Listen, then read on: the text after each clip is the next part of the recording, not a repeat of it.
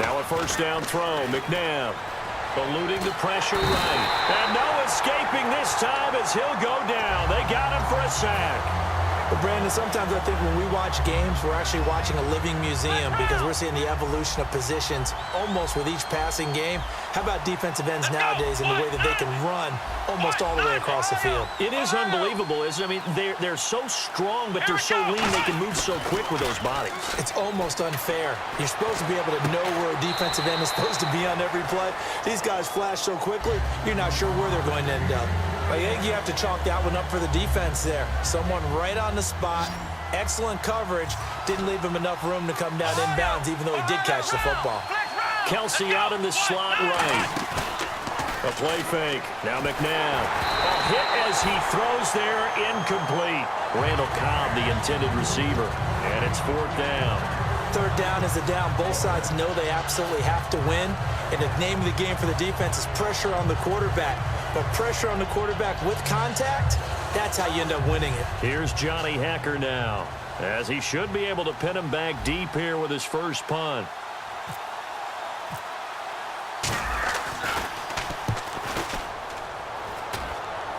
And this one's out of bounds. Should be inside the 10, I think it is. At the 6-yard line. And now San Diego getting set to go.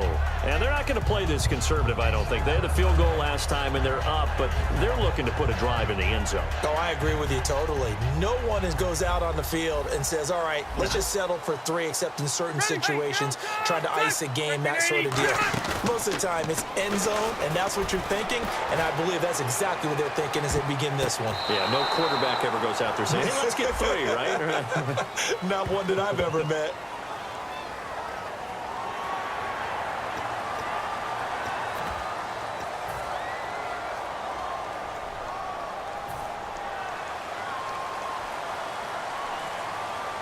One receiver left, that's Allen. From the shotgun, it's Rivers. Completes it to Lee. And he's taken down, but not before he gets this across the 25-yard line. And this should be the final play before the quarter ends. And we're back now in Mission Valley and San Diego. It's Charger football, and they've got the lead as well as we begin the fourth quarter. So the offense has it 1st and 10.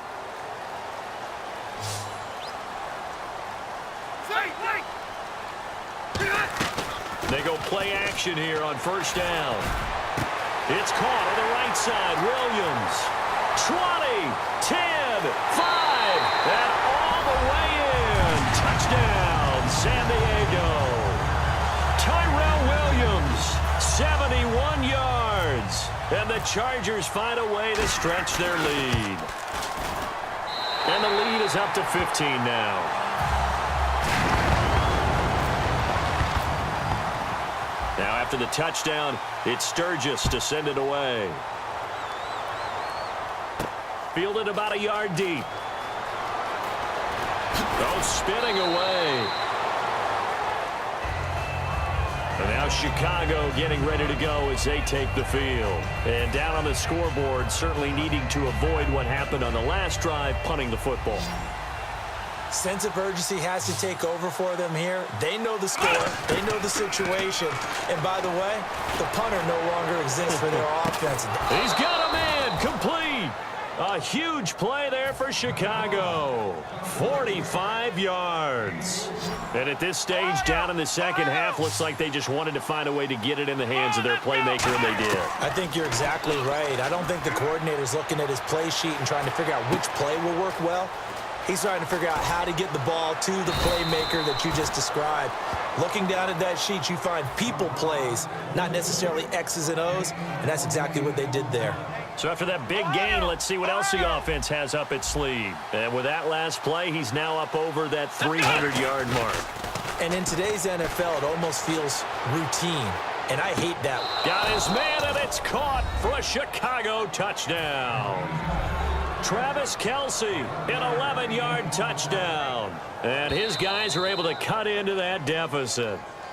And he is a reliable target. They like to get him involved. They got him involved there for the score. And they should. He's a very good player. Remember, they can use him in certain positions, so many different spots, and he usually comes through for them. And it's no good. It has not been his day. That's the second extra point he's missed so far. Boswell now to kick it away after the touchdown. And a fair catch signaled for and taken successfully. And now San Diego getting set to go. And they will simply, Charles, be looking to duplicate what they did last drive when they were able to push it in for 6. And they hope it'll be that easy, right? To be able to take exactly what happened before, replicate it. They may have to make a few additional changes along the way because I'm sure the defense will make some adjustments, but they've got to have great confidence having scored the last time out. Well, the strategy was evident there. Get it to your tight end and make it a one-on-one play with a cornerback. Who's usually going to win that one? The tight end, but not there. Not in this situation. How about the corner defeating that logic and making a really nice tackle? First down and 10 now for the offensive group. Time for a break. We're back to finish this one off after this. And the D looking like they may blitz. First down, Rivers. He couldn't quite hold it. Got hit. Ball pops out, incomplete. As tight ends go, he might not provide the super flashy plays very often, but he's pretty reliable. Usually an excellent target and normally catches what's thrown to him, but he didn't on that play. Throwing, Rivers. Oh, it's a screen pass. That's complete. And he'll get it down to the 47 here. That one good for 10 yards. And that's going to make it third down and less than a yard. When you run a screen pass really well, you got to like the look of it because so many parts come together to make it work well. The offensive linemen where they're faking people out. And intercepted. Maybe the turning point they need. A great read, and it's picked off. And his crew will take over at their own 45-yard line. And now Chicago getting ready to go as they take the field. They might be thinking this is close to a lost cause here. Got to play it out. What do they need to do? Well, they have a thought process in mind already, but they can't get ahead of themselves. They know that they need to score quickly. Yep, two-score game. Onside kick and get the ball back and then score again, but they can't worry about the last 2 points. The only thing that matters is scoring quickly, then they'll take it from there. Now a desperation throw. Got a man, it's caught inside the 10. That goes for a gain of 31. Well, we know he's got the speed there. He needed the speed and the hands. A great catch. And because of that speed, you have to respect it as a defender. So you have to either play off or make sure you're somehow in contact with him, and he's able to do exactly what you said. Use the speed to his advantage and go up and get the football. That's a big-time play right there. Now McNabb, and he is going to go down back at the 11-yard line. Now whistles come in. We're going to get a timeout here by the offense. It's just their first. They've got 2 more to use here in the final stages.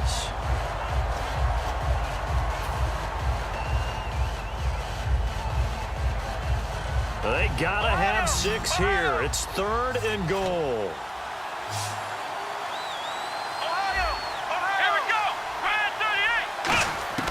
Out of the gun, McNabb being chased out left.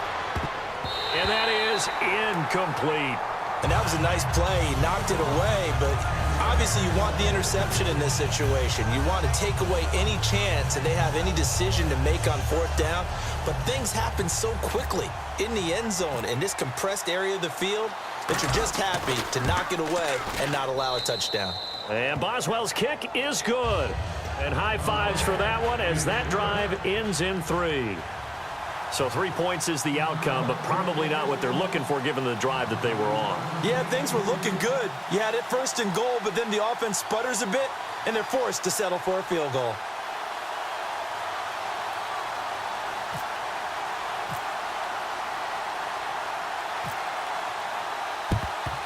And this is going to be taken in by the Chargers, and it appears they're going to win this football game. 4th quarter, they felt like they needed the football back. Unfortunately, they couldn't get it.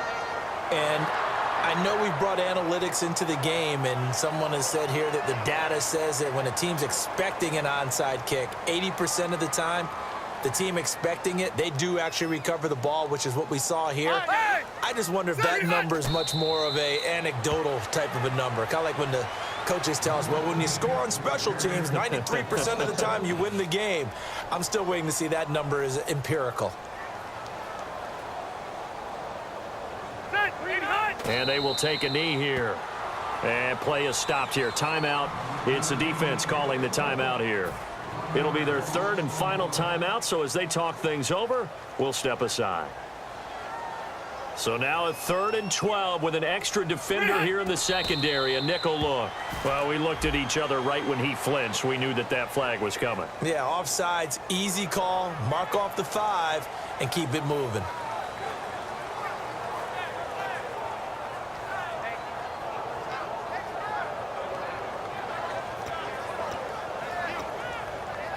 Here's Lachlan Edwards now, as he's on to punt for the first time this afternoon.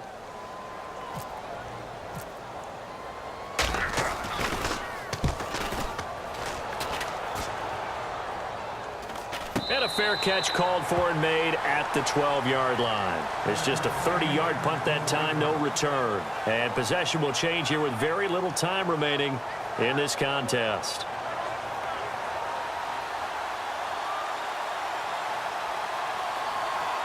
One receiver left, 3 to the right. They'll look to throw. He's going to let it fly. And he can't hang on to it. That would have sealed it.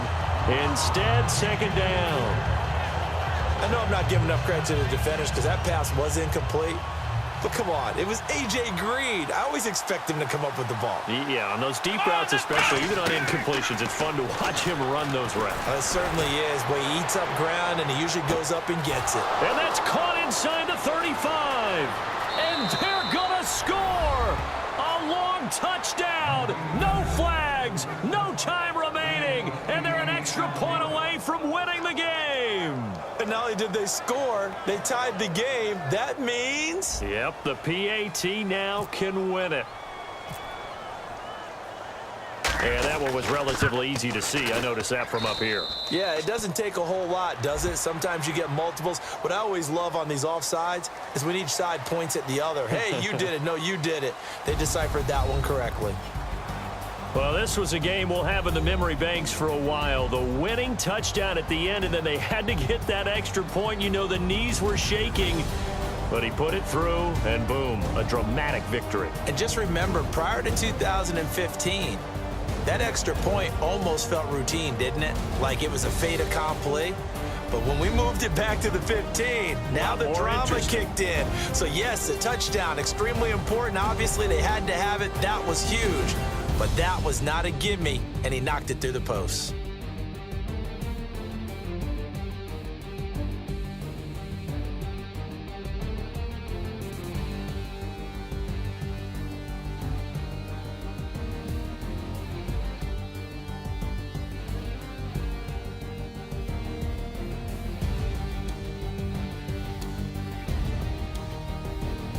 So that'll do it from here for Charles Davis and the rest of our crew.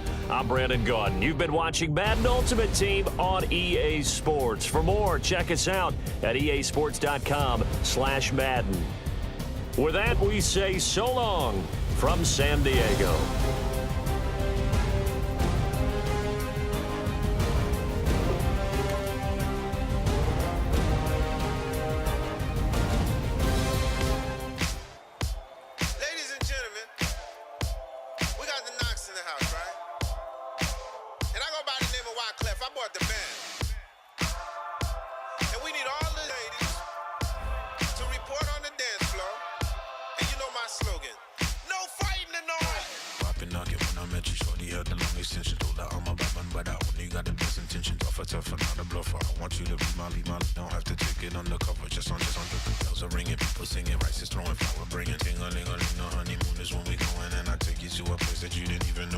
What's your wish? Dinner at the Eiffel Tower in Paris. Shot us in the basement party.